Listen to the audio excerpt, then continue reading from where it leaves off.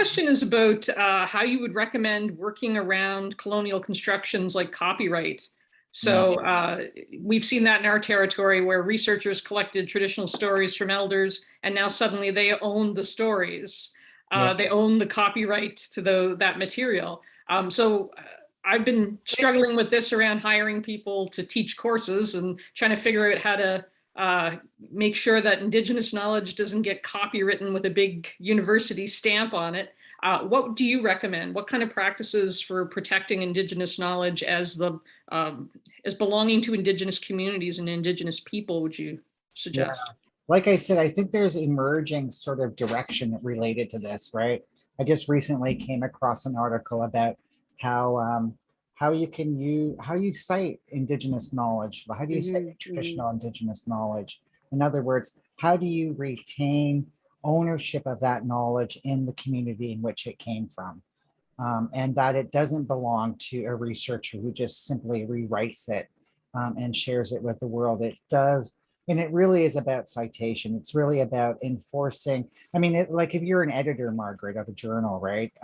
You're going to be sending back this journal article before it's published and saying, where did this Indigenous knowledge come from? Who owns it? Because it's not you, right? It's not you as a researcher. And I think the more we do those kinds of things, the more that we develop ways of protecting Indigenous knowledge in the context of the research we're doing, we're better for it. Absolutely.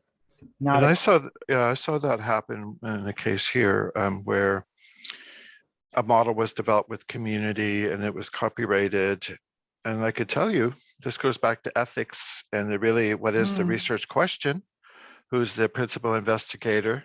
What are their ethics in doing this research? You know, is it for themselves or is it for the community? Is it for public? Right. And in this case, it was copyrighted. And I can tell you, nobody uses that today. Yeah. So if you're a researcher and intending to help Indigenous people and you copyright their stuff, it doesn't get used. Yeah. Right? Because that connection has been severed to community and it doesn't have the cachet that it once did, right? And so to me, it's like it was just sort of a redundant activity, whereas yes, it may be a good effective model, but no one's using it. So it's redundant. Yeah. And I think that oh, go ahead. This conversation is kind of blowing my mind because that would never happen to somebody from the mainstream. That would be called plagiarism otherwise. Wouldn't it? No, I mean, lots of things can be taken and copyrighted because, you know, patents get filed because somebody's the first person to the patent office, right? I mean, I think that to Albert's point, there's a bigger ethical question around, because, you know, we're also kind of privileging or making this presumption, or it feels like perhaps making the presumption that the researcher isn't Indigenous.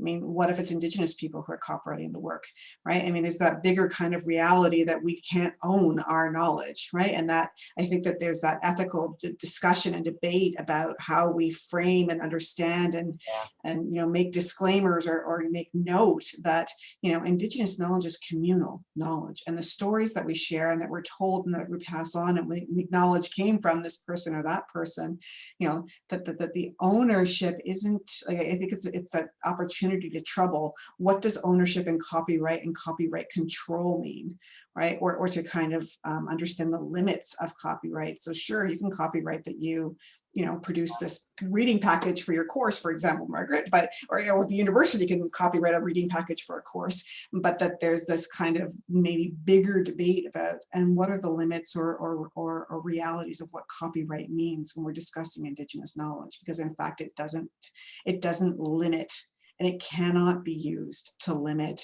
the sharing of that knowledge in, you know, beyond that publication or that document or that. So I think, you know, there's certainly lots of people. I mean, I can't, I'm sure I'm going to fail grade 5, you know, science class, but like, did Edison really create the light bulb or just get to the patent office first, right? Like there's lots of history of these tools being used to claim ownership that may not actually be accurate. Yeah. And there's You some really know- great resources, thank you, in the chat, again, around recommendations and some good protocols, thank you. From Right. Quebec and Labrador and the good work that's being done in, Anne, thank you, that's a great point about how you're working with community. The elements of Indigenous style, that book that I talked about, Margaret, has principle 8 on when you're working with Indigenous knowledge, right?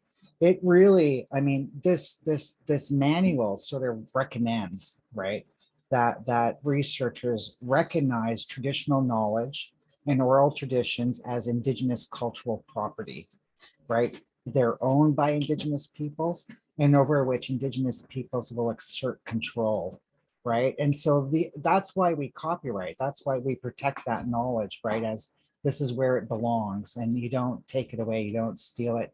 It does belong to the Indigenous community. And I'm talking about the communal Indigenous community. It doesn't necessarily belong to everybody. It is something that you're initiated into and you learn, but you don't own it.